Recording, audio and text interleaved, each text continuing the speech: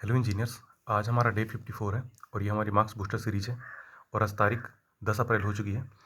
अगर देखा जाए मोटा मोटा तो करीब 5-6 दिन से भी ज़्यादा हो चुके हैं हमारे टास्क को लिए हुए और बहुत सारी चीज़ें हम लोग कवर करते जा रहे हैं, जिससे हमको अच्छा खासा अपना इंप्रूवमेंट देखने को मिल रहा है। तो आज की जो वीडियो है ये 2 सेक्शन में डिवाइडेड है। पहले सेक्शन में हम लोग क्या करेंगे, हमारे टास्क रहेंगे और दूसरे सेक्शन में हमारे इंपॉर्टेंट टॉपिक्स रहेंगे रीजनिंग के और जीएस के। कुछ सब्जेक्ट के मैंने लेने की कोशिश करी है और कुछ सब्जेक्ट के जो टॉपिक है इंपॉर्टेंट वाली वो मैं कर लूँगा, क्योंकि पूरी चीज़ें आज कवर नहीं हो पाएंगी। इसलिए आधी चीज़ें आज कवर कर लेंगे, आधी चीज़ें कल कवर कर लेंगे। सारे इंपॉर्टेंट टॉपिक्स रहेंगे।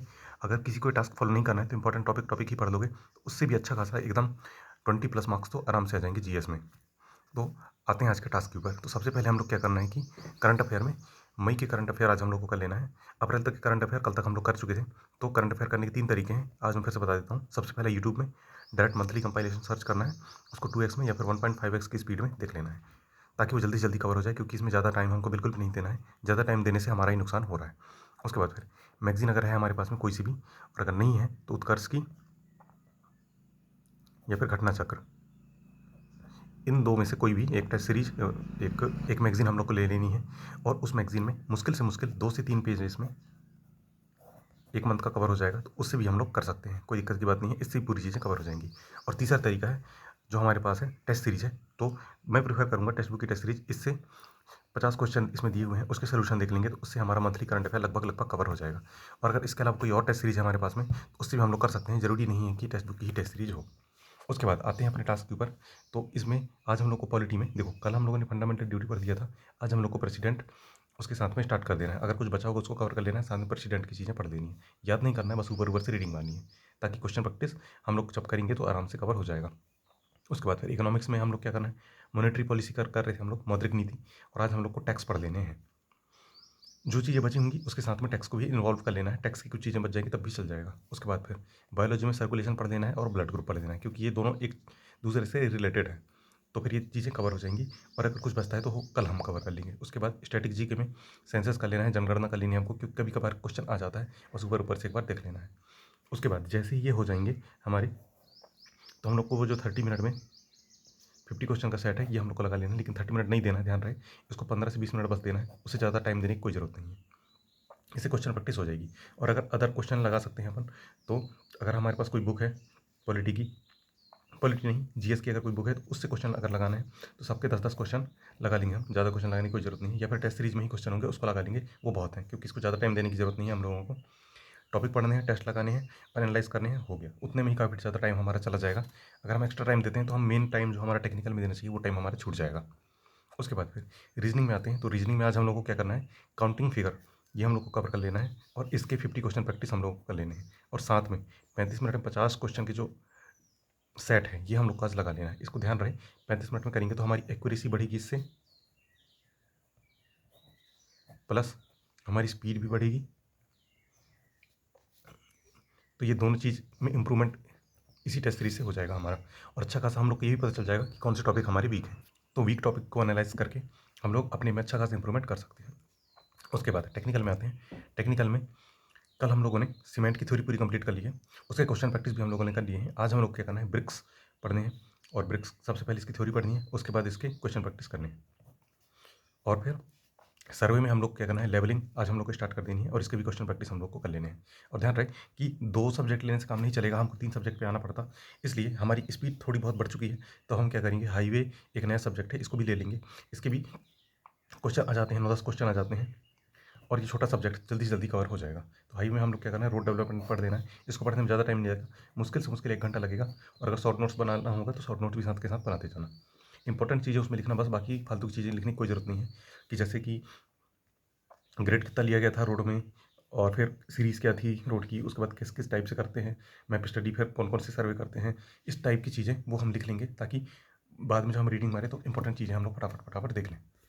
इस तरीके से हम लोग के टास्क कंप्लीट कर लेने हैं। और फिर एक चीज़ मैं इसमें लिखना भूल गया हूँ, लेकिन ध्यान रखना कि जो हमारा टेक्निकल में हम लोग PYQ लगा रहे थे, जिसमें हम लोग 10 अक्टूबर के PYQ लगा रहे थे, तो 10 अक्टूबर के PYQ के जो बचे हुए क्वेश्चन थे 50 क्वेश्चन, वो कंप्लीट कर लेना। यानी 10 अक्टूबर का जो मॉर्निंग का शिफ्ट था उसको पूरा कंप्लीट कर लेना आज।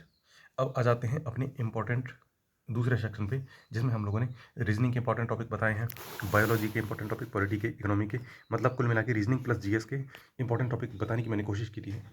कुछ सब्जेक्ट बच गए हैं, वो हम लोग कल कवर कर लेंगे। तो देखो, रीजनिंग के सबसे पहले इंपॉर्टेंट टॉपिक्स पे आते हैं हम लोग। तो सबसे पहला टॉपिक है एनालॉजी, उसके बाद odd one out, coding decoding, series, missing number, blood relation, Venn diagram, dice cube, seating arrangement, direction, word arrangement, age, calendar, paper cutting and folding, completion of figure, water image. ये सारे important topic हैं। इनसे जो हमारे 50 question है वो इन्हीं से ही बनने हैं, तो बहुत ही इंपॉर्टेंट हो जाते हैं। इतना कर लोगे तो 100% एकदम 50/50 ला लोगे। बस अच्छे से प्रैक्टिस करनी पड़ेगी, साथ में प्रैक्टिस अच्छे से कर लो और इन सारे टॉपिकों को स्ट्रॉन्ग कर लो, 100% नंबर गेन हो जाएंगे। क्योंकि रीजनिंग में नंबर नहीं कटते हैं, 1-2 नंबर का हेर फेर हो सकता है बस, बाकी कोई नंबर के हेर फेर नहीं होते हैं, आते हैं नंबर, सबके आते हैं। उसके बाद फिर आ जाते हैं अपने बायोलॉजी में। बायोलॉजी भी हमारा अच्छा खासा स्कोर आउट सब्जेक्ट है, इसमें भी हम अच्छा खासा स्कोर कर सकते हैं। तो अब देखा जाए बायोलॉजी को, तो इसमें 5-6 क्वेश्चन आ जाते हैं बायोलॉजी के। इसलिए क्या है कि हम लोगों ने इसको पहले ले लिया है। तो इसके इंपॉर्टेंट टॉपिक्स पे आ जाते हैं। सबसे पहले इसमें सेल, फिर डाइजेस्टिव सिस्टम, फिर कार्बोहाइड्रेट्स, फिर ब्लड, फिर विटामिन, फिर प्रोटीन, फिर ह्यूमन रिप्रोडक्शन, उसके बाद fat, joints, digestion, respiratory system, nervous system, circulation, disease, brain, excretory system, endocrine system और एनिमल किंगडम। बस इससे ज़्यादा कुछ नहीं पढ़ना है, इसमें ही सारी चीज़ें हमारी कवर हो जाएंगी। पढ़ने को बहुत सारी चीज़ें हैं, लेकिन एग्जाम पॉइंट ऑफ व्यू से यही इंपॉर्टेंट टॉपिक है और इसी से सारी चीज़ें आती हैं। इसको हम लोग कवर कर लेंगे तो हमारे सारे टॉपिक बिल्कुल आसानी से कवर हो जाएंगे। और जो 5-6 क्वेश्चन आते हैं, इसमें हम लोग 1-2 क्वेश्चन ही चुकेंगे हमारे, बाकी 4-5 आते हैं तो 4 क्वेश्चन, और 6 आते हैं तो 5 क्वेश्चन अपन आराम से इसमें बना लेंगे। उसके बाद आते हैं पॉलिटी में। पॉलिटी में पूरे के पूरे नंबर आ सकते हैं। एक आध कोई क्वेश्चन अगर चुकेगा तो चुकेगा। अगर इससे 4-5 क्वेश्चन आते हैं तो 4-5 में से 4 अगर आते हैं तो 3 हम बना सकते हैं, 5 आते हैं तो 4 हम बना सकते हैं, 1-2 क्वेश्चन प्लस माइनस चलता है।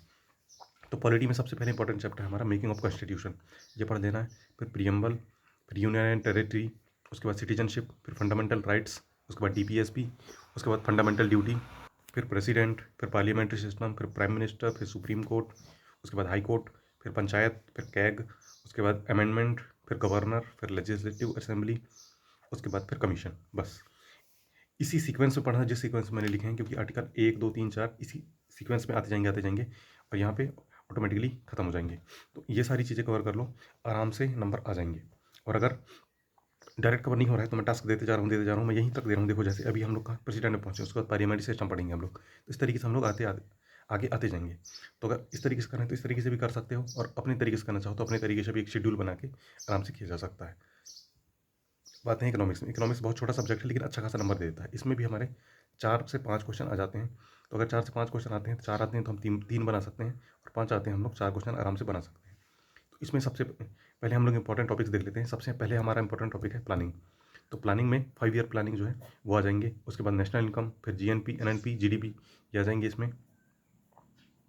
उसके बाद फिर इन्फ्लेशन, फिर मॉनेटरी पॉलिसी, फिर टैक्सेस, फिर इनडायरेक्ट टैक्स, उसके बाद बजट, उसके बाद बैंकिंग, फिर बैंकिंग मनी, उसके बाद शेयर मार्केट। बस इतना ही है इकोनॉमिक्स। इसको अगर कवर कर लोगे तो आराम से सारी चीज़ें कवर हो जाएंगी। बस यही इंपॉर्टेंट टॉपिक्स हैं।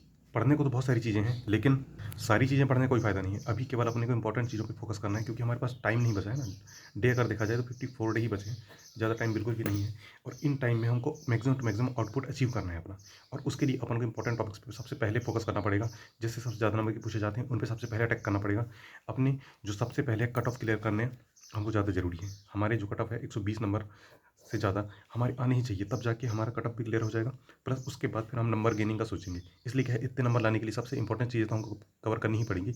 जो बेसिक चीज़ें हैं, जो हर कोई कवर कर रहा है, अगर वो हम कवर नहीं करेंगे, हमारी यही मिनिमम मार्क्स नहीं आ पाएंगे। तो हमारे लिए काफ़ी लॉस की बात हो जाएगी वो। फिर हम लोग कन्फ्यूज़न में रहेंगे, होगा नहीं होगा, और हम लोग मेंस की प्रिपरेशन साथ में नहीं कर पाएंगे। और अगर हमारे इतने मार्क्स अगर आते हैं तो हम लोग एक कॉन्फिडेंस में रहेंगे, और अपने जो तैयारी है नेक्स्ट डे से मेंस की तैयारी भी अपन लग जाएंगे। 2 महीने बाद या 3 महीने बाद मेंस हो जाएगा, तो टाइम बिल्कुल भी नहीं मिलेगा। इसलिए क्या है कि बहुत प्रॉपर तरीके से और प्लानिंग करके ही आगे बढ़ना पड़ेगा, तभी चीज़ें अचीव होंगी और बहुत अच्छे तरीके से हम लोग को बनेंगी। तो इस तरीके से कोशिश करना, तो 100% एकदम अचीवमेंट बहुत अच्छे से मिलेगा। और इंपॉर्टेंट टॉपिक्स लिख के और उनके टास्क बना कर सकते हो, या फिर मैं जैसे मैं देते जा रहा हूँ टास्क, इसमें भी हम लोग, और इसमें भी सारी चीज़ें हम लोग एकदम सीरीज से चल रहे हैं, सारी चीज़ें कवर हो जाएंगी हमारी। तो इसी तरीके से पढ़ते रहो और टास्क कंप्लीट करते रहो, बिल्कुल 100% CPWD में हमारा सिलेक्शन होगा। तो मिलते हैं कल एक न्यू टास्क के साथ में। ओके।